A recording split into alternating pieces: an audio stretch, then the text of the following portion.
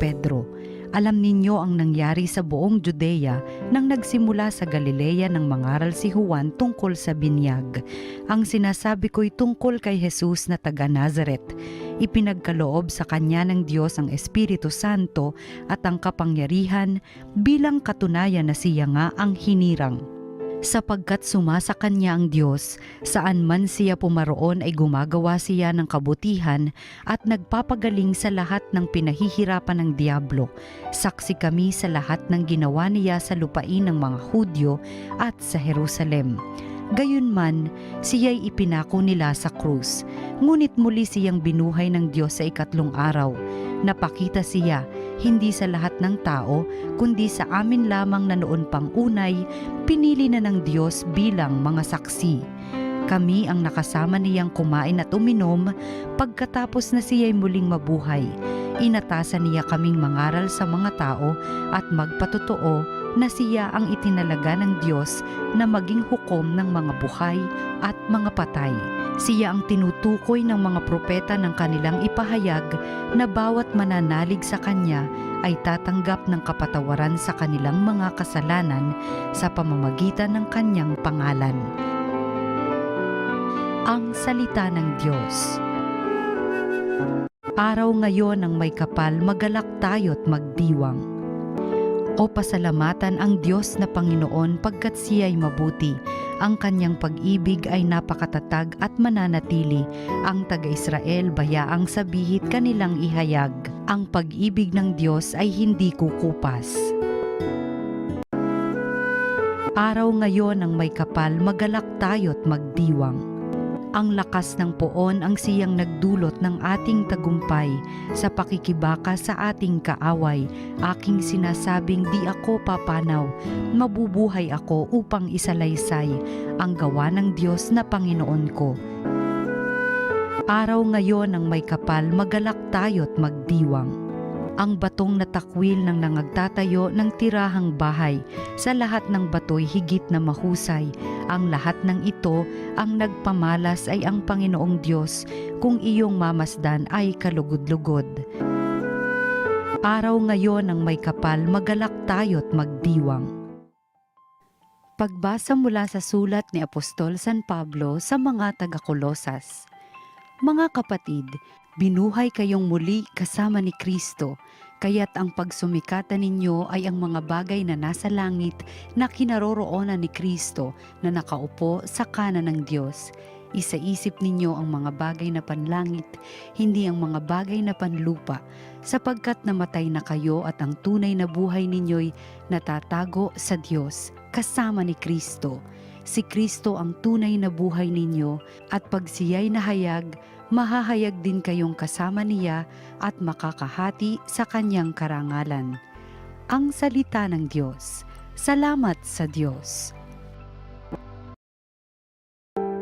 Ang mabuting balita ng Panginoon ayon kay San Juan.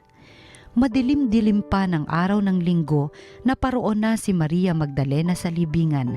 Naratnan niyang naalis na ang batong panakip sa pinto ng libingan. Dahil dito, patakbo siyang pumunta kay Simon Pedro at sa alagad na mahal ni Jesus.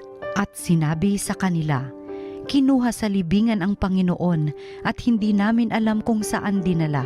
Kaya't si Pedro at ang nasabing alagad ay nagpunta sa libingan. Kapwa sila tumakbo, ngunit si Pedro'y naunahan ng kasamang alagad. Yumuko ito at sumilip sa loob. Nakita niyang nakalagay ang mga kayong lino, ngunit hindi siya pumasok. Kasunod niyang dumating si Simon Pedro at tuloy-tuloy itong pumasok sa libingan.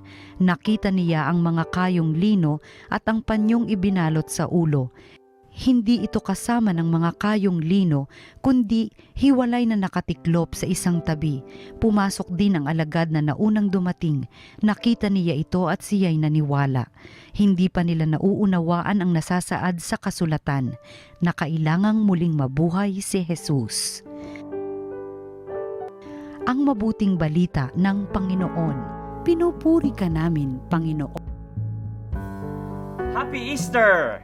Ngayong araw pong ito, ang pinagpalang araw para po sa ating mga Katoliko, kung kung saan atin po pinagdiriwang ang muling pagkabuhay ng ating Panginoon. Bilang po totoo na ang lahat ng kanyang tinuro, sinabi at ipinaalala sa atin, lahat totoo. At ang pinakamabisa at makapangyarihang ebidensya ng lahat ng ito, ang kanyang muling pagkabuhay matapos siyang mapatay doon sa krus at ilibing.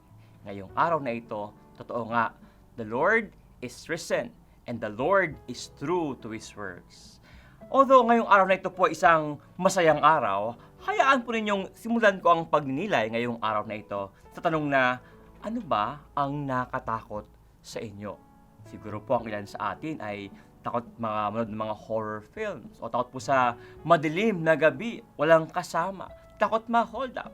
Pero may isa nagsabi sa akin, Father, ang pinanakatakot sa lahat ay pag nabuksan mo yung wallet mo, walang laman. Totoo nga naman, parang nakakaba na sa dami ng iyong kailangang bilhin o paggastusan, yung mga bills na kailangang bayaran. Pagbukas mo ng wallet, walang laman, kakabahan ka talaga.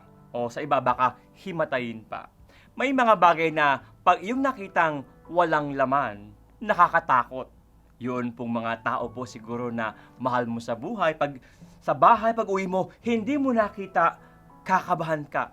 Matatakot ka. Sa opisina po ninyo, pag wala po yung mga katrabaho mo, ikaw lang mag-isa, anong nangyari? Baka walang pasok, bakit ako lang mag-isa ang narito ngayon? No? Ang mga bagay na walang laman minsan nakakaba. Pero ngayong araw pong ito, sa atin pong ebanghelyo, ngayon pong Easter Sunday, ang mga alagad sa pangunguna po, of course, ni Maria Magdalena na nakita niya po yung libingan ng Panginoon, walang laman.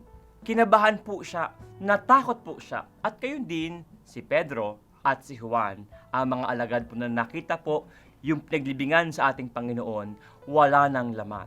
Sila po ay nasindak, natakot. Para bang ang kailang pakiramdam marahil, matapos na kunin na ang buhay ng Panginoon, kunin na ang Panginoong nagturo, nagpalakas, naggabay, nagpagaling sa maraming tao, yung kailang rabi, yung kailang guro, ay kunin sa kanila ang buhay. Eto naman, pati ba naman yung katawan, kinuha pa. Yun po yung kailang naisip. When they saw the tomb was empty, yung libingan, wala nang laman. Siguro po ang kailang pakiramdam, grabe, said na ito. Sobra-sobra na ito. Pinatay na nga nila yung Panginoon, tapos pati yung katawan, kinuha pa, sagad hanggang buto. Ika nga po sa ating mga expressions. Pero alam nating lahat na yun pong libingang walang laman. Sa huli, hindi pala ito bagay na naging sanhi para tayo po ay matakot, mangamba o kabahan. Sa huli, atin pong nakita na yun pong libingang walang laman, ito pala po ay tanda ng isang pag-asa, ang Panginoon na buhay. Ito po ay tanda na totoo nga, ang lahat ng pinangako at nuro ng Panginoon, totoo at tama. At yung kanyang muling pagkabuhay, yun po ang patunay po noon. The ultimate proof of the Lord's teachings is His resurrection. Mga minamahal na kapatid, ngayon pong Year of Hope, ngayon pong Jubilee 2025, ito nawa po ang ating panghawakan. Siguro po may mga bagay na tayo kinakabahan pag nakita. Walang laman. Nasaan yung mga bagay na inaasahan mong nariyan lang sana, tapos wala. Mga taong na binigo ka, mga bagay na naubos, yung ating buhay na siguro po tayo nagkakasakit, yung ating kalusugan. Para bang nawawala, unti-unting nauubos. Tayo po ay kinakabahan, kung hindi man natakot. Pero kung paano po sa pananaw ng ating pananampalataya, kung ating makita lang ang Panginoon pala ay nabuhay, yun pala yung tanda na ibig sabihin, yung libingan, walang laman. It was not a reason for them to despair, but rather a reason to believe and to hope na ang Panginoon tapat sa kanyang pangako. Ang Panginoon muling mabubuhay pagkatapos ng ikatlong araw, gaya ng kanyang sinabi. Nawa po, mga minamahal, every time we feel para bang tagus na sa buto, said-said na, walang-wala na akong inaasahan. Siguro po ang ating pag-asa at pananampalataya, mapanibago po yung ating pananaw sa buhay. hindi po kinukuha ng Diyos ang lahat ng bagay at tayo inuubusan. Bagkus hangad niya, mapunuan tayo ng mga bagay na totoong makabuluhan. Totoong bagay na mahalaga at sa atin magpapasaya. At unang-una na po diyan ang Panginoong Diyos na muling nabuhay. Sa tuwing tayo po ay tila natakot dahil wala nang laman, yung inaasahan ko wala na, tayo po ay huwag makalimot. Ang dapat at totoong ating aasahan ay ang Panginoon, ang kanyang muling pagkabuhay, ang kanyang mga pangako, ang buhay na walang hanggan. Nawa po, ngayon pong panahon ng muling pagkabuhay this Easter season, ito po ang ating panghawakan at ito po ang ating maging pananaw. Ang pag-asa ay nariyan palagi kasi ang Diyos ay nangako at ang Diyos ay muling nabuhay. Hayaan niyo po tayo po ngayon manalangin sama-sama at kayo din po aking mabasbasan ngayon pong dakilang araw na ito ng ating kapistahan ng muling pagkabuhay ng ating Panginoon. Panginoon, kayo pong lahat nagpapasalamat sa biyayang ito ng pagdiriwang ng muling pagkabuhay. Isa pong patunay na totoo nga, ang iyong pangako ay iyong tinutupad.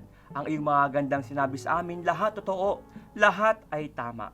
No, Panginoon, ang araw na ito ay aming panghawakan sa aming buhay. Hindi lang po ngayong panahon ng Easter, kung hindi po sa bawat araw na anumang bagay po ang nawawala, kinukuha o nagkukulang sa amin, nawa huwag kaming panghina ng loob, matakot at mawala ng pag-asa. Dahil sa huli, ikaw ang pupuno, ikaw ang kaganapan ng lahat naming pangangailangan at inaasam-asam. Sapagkat ikaw ang nangako at ikaw ay tutupad, ang Diyos na muling nabuhay. Ang lahat ng ito, Panginoon, aming nadalangin sa iyong ngalan ni Jesucristo, naghahari, magpasawalang hanggan. Amen. At nawa, pagpalain kayong lahat ng makapangyarihang Diyos, Ama, Anak, at Espiritu Santo. Amen. Sa inyo pong lahat muli, Happy Easter!